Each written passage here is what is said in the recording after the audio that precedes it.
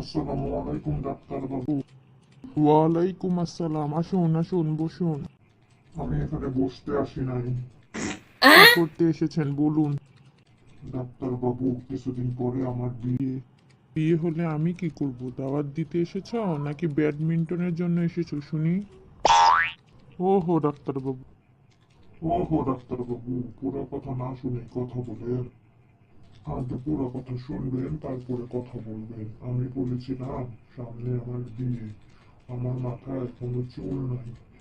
এমনি বিয়েতে বসে কি করে বলেন ডাক্তার বাবু? আমার এমন কোনো ওষুধ দেন যাতে আমার তাড়াতাড়ি মাথায় চুল গজে। আচ্ছা, আপনি সাইডে বসুন, আমি দিচ্ছি ওষুধ। ডাক্তার বাবু কেমন আছেন? খুব ভালো আছি। ভিতরে আসুন, কি বলবেন বলে ফেলুন। কি সমস্যা আপনার বলে ফেলুন। ডাক্তার বাবু, আমার হাগা কিছুতেই বন্ধ হচ্ছে না। কি হলো ডাক্তার বাবু, চুপ কেন? কিছু তো বলুন। কি বলবো আপনাকে? কি বলছেন এইসব কথা? মেজাজ গরম হচ্ছে আমার। আপনি হাঁকা কেন বলছেন? বলতে পারেন অন্য কিছু, যেমন লুজ মোশন হয়ে বা বলতে পারেন টাট্টি। আপনি হাঁকা কেন বলছেন? অত বলার টাইম নেই। আপনি আমার কথা বুঝেছেন, সেটাই অনেক। বলুন আপনার পায়খানা বা টাট্টি কেমন হচ্ছে? বলছি কখনো আমার পায়খানা সিঙ্গারার মতো শক্ত হয়ে পড়ছে, কখনো কখনো আবার কফির মতো একদম পাতলা পাতলা হয়ে পড়ছে। কিন্তু 2 দিন আগে আমার পায়খানা পুরো ভালো ছিল, একদম টাইট ছিল, পাতলা পাতলা ছিল না। না পাতলা ছিল না টাইট ছিল, একদম ভালো ছিল ডাক্তার বাবু।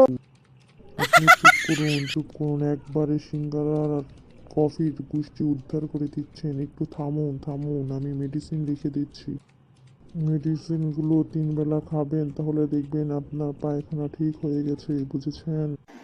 ডাক্তার বাবু, মেডিসিন কি দিয়ে তৈরি করেছেন আমাকে একটু বলবেন, আমি বানিয়ে খাবো। আপনি ওষুধ বানিয়ে খাবেন আর আমরা কি এখানে বসে মাছি মারবো নাকি? বলুন বলুন ডাক্তার বাবু, আমি গরিব মানুষ, প্লিজ ডাক্তার বাবু একবার বলুন।